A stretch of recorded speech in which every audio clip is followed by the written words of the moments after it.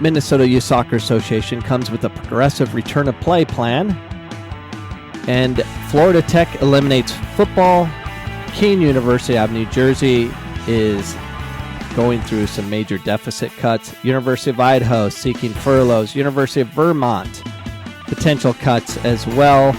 Michigan State salary retirements are cut.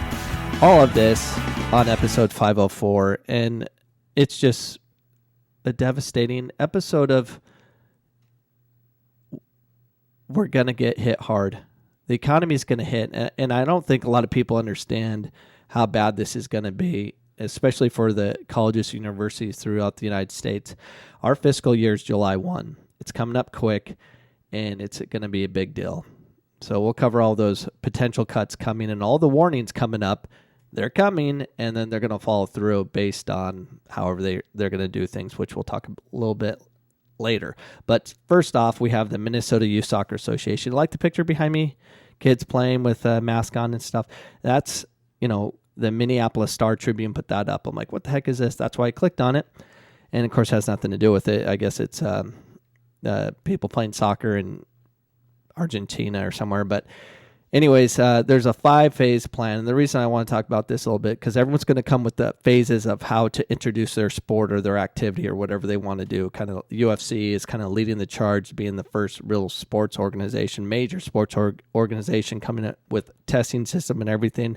And everyone's going to the UFC to figure out how do they do things and how do they get their plan. So everyone's come with these phases. So in Minnesota, there's the Minnesota Youth Soccer Association, comprising 60,000 youth soccer players from their state, and they're going through these 5 phases. Phase 1, the current situation, has players doing individual workouts at home guided by their club via the internet. Phase 2, allowed for outdoor practices, sessions with 10 or fewer people, including players and coaches. Specific protocols will be in place, maintaining social distancing and eliminate any contact, but would allow for organized activity. It'd be sweet. Social distancing, a cool phase of this. Coaches can't scream at kids from any distance because the louder they get, molecules just spit out of their saliva from their screaming and anger, and then it just festers far away and into these poor children's faces and all this. Maybe we do need like face shields for these poor youth getting yelled at. But anyways, phase 3 would include resumption of team training gain with appropriate protocols. I don't know what that means. Phase 4 allows for resumption of league matches, again with protocols for both players and spectators. We don't know what those are. Phase 5 is a return to the sport the way it was before the outbreak of the virus. That's it. I like it. Simple, to the point. But everyone's come with these phases, and they can't really do the phases because no one really knows anything. Do we really know anything? We don't. Anyways, to horrible news, Tampa Bay Times reports Florida Tech eliminates football because of the coronavirus pandemic. Everyone's using it, come with excuses of why to cut. Obviously, there's hits, and this is what we're going to face coming up with all the college universities. So budgets are all jacked up, so they have to make cuts. And who are they going to cut? They're going to cut athletics typically, because who's dictating everything? Administration. Administration talks to who? Faculty and staff. Mostly faculty. And they're part of their group, and the athletics is separate. So since they're separate and they don't have much of a say, they're going to get cut. And that's kind of how it rolls. It goes on to say the COVID-19 pandemic effects on college sports continue Monday, with Florida Tech announcing that the immediate elimination of its football program. The NCAA Division II school is in Melbourne and is believed to be the first program to disband football in the wake of the public health economic crisis.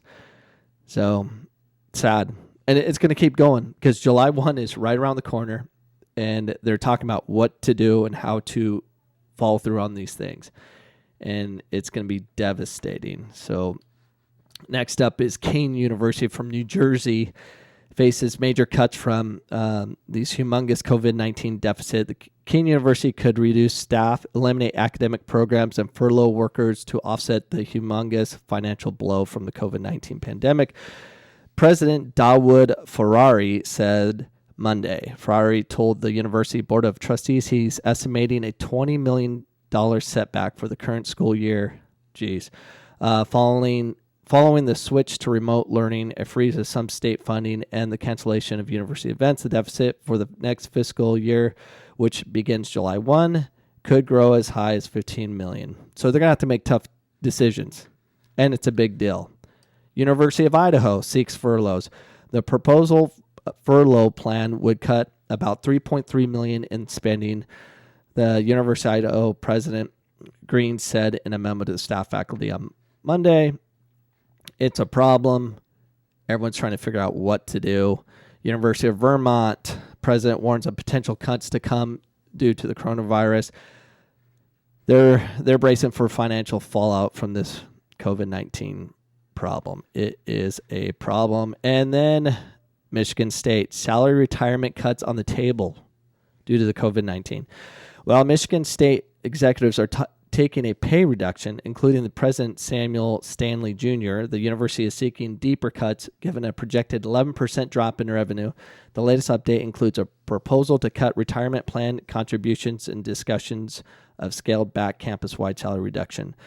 MSU set a $1.5 million budget for the 1920 school year. According to the announcement, in the 2020 fiscal year, the university has set a $50 to $60 million loss in revenue in its general fund budgets and anticipates an additional $150 to $300 million loss in 2021, which begins July 1. This is all scary stuff. I work at a college. Luckily, we're a 2-year institution. The last report on us was we're okay, but they're expecting to do cuts in the 2021 to prepare for loss of revenues coming up. So it's a big deal all over the place. And athletic programs across the country, if you can listen to the words that are coming from my mouth, you need to embrace your campus. You have to have a say. You have to network within your campus, because the ones that are making the decisions, if you're not communicating, you're gone. Simple as that. You're gone. And I'm hopeful that, where I work, we can communicate effectively of the value of athletics. There's value to athletics. It's huge. We save lives. We give opportunity to those that would not. I just watched the movie Blindside. Athletics saved a human being from the hood. That's what we do. We save people from their situation. So anyways, thanks for joining me on episode 504. I hope to see you again tomorrow. Goodbye.